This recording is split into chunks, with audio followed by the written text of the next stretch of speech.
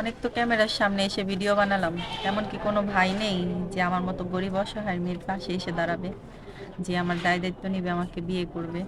তার চেহারা যেমনই হোক, তার বয়স যেমনই হোক, তাতে আমার কোনো সমস্যা নেই। সে বিবাহিত হলেও সমস্যা নেই, সে যদি দু বাচ্চার বাপও হয় তাও আমার কোনো সমস্যা নেই।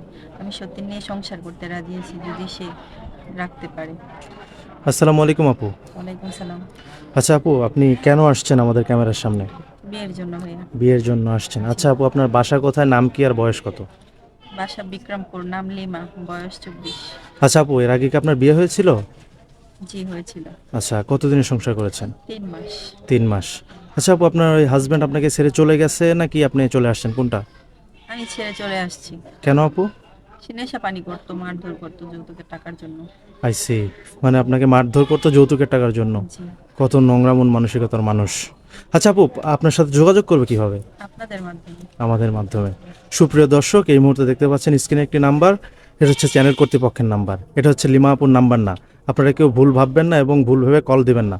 যদি কল দেন অবশ্যই আমরা ব্লক করে দিতে বাধ্য হব বারবার ফোন দিলে। আপনি যদি লিমা আপুকে পছন্দ করে থাকেন অবশ্যই একটা স্ক্রিনশট মেরে বা একটা ভয়েস দিয়ে আমাদেরকে বলে দিবেন, আমরা অবশ্যই লিমা আপুর সাথে যোগাযোগ করে দেবো ইনশাল্লাহ। আচ্ছা আপু, নামাজ কালাম পড়া হয়? জি, ইনশাল্লাহ পড়া হয়। আচ্ছা, বিয়ে শাদী যদি দেশ থেকে বা দেশের বাইরে যদি কোনো ভাই আপনাকে বিয়ে করে যদি দেশের বাইরে নিয়ে যেতে চায়, আপনি যাবেন? হ্যাঁ, অবশ্যই যাব। আচ্ছা, ধরেন আপনি তো বিবাহিত একটা মেয়ে, যদি আপনাকে বিয়ে করে তার বয়স কেমন হতে হবে? তার বয়স নিয়ে বললাম আমার কোনো চাহিদা নেই।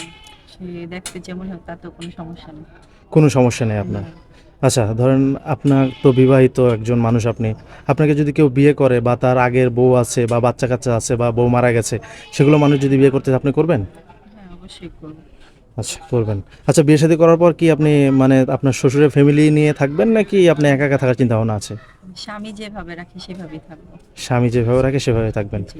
মানে স্বামীর একজন বাধ্যগত স্ত্রী হয়ে থাকবেন? জি, ইনশাল্লাহ। আলহামদুলিল্লাহ, আল্লাহ আপনার মনের আশা কবুল করুক, আমরা দোয়া করি। আচ্ছা আপু, ধরেন বিয়ে শাদী হলো, বিয়ে শাদী হওয়ার পরে আপনি শুধু আপনাকেই আপনারই দায়িত্ব নিতে হবে নাকি আপনার ফ্যামিলি পুরো দায়িত্ব নিতে হবে? না, শুধু আমার দায়িত্ব নিলেই হবে। বাই দ্য ওয়ে, আপনার ফ্যামিলিতে কে কে আছে? আমার মা আর 3 বোন। মা আর 3 বোন, আপনিই বাবা বড় নেই। তাই তো? জি। আপনার বাবা নেই? বাবা কি মারা গেছে? জি। কত বছর আগে? 2 বছর আগে।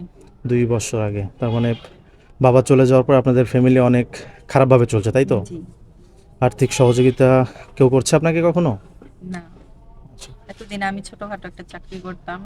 আচ্ছা আপু, আপনি বললেন যে আপনি একটা ছোটোখাটো চাকরি করতেন, আচ্ছা চাকরিটা ছেড়ে চলে আসলেন কেন আপনি?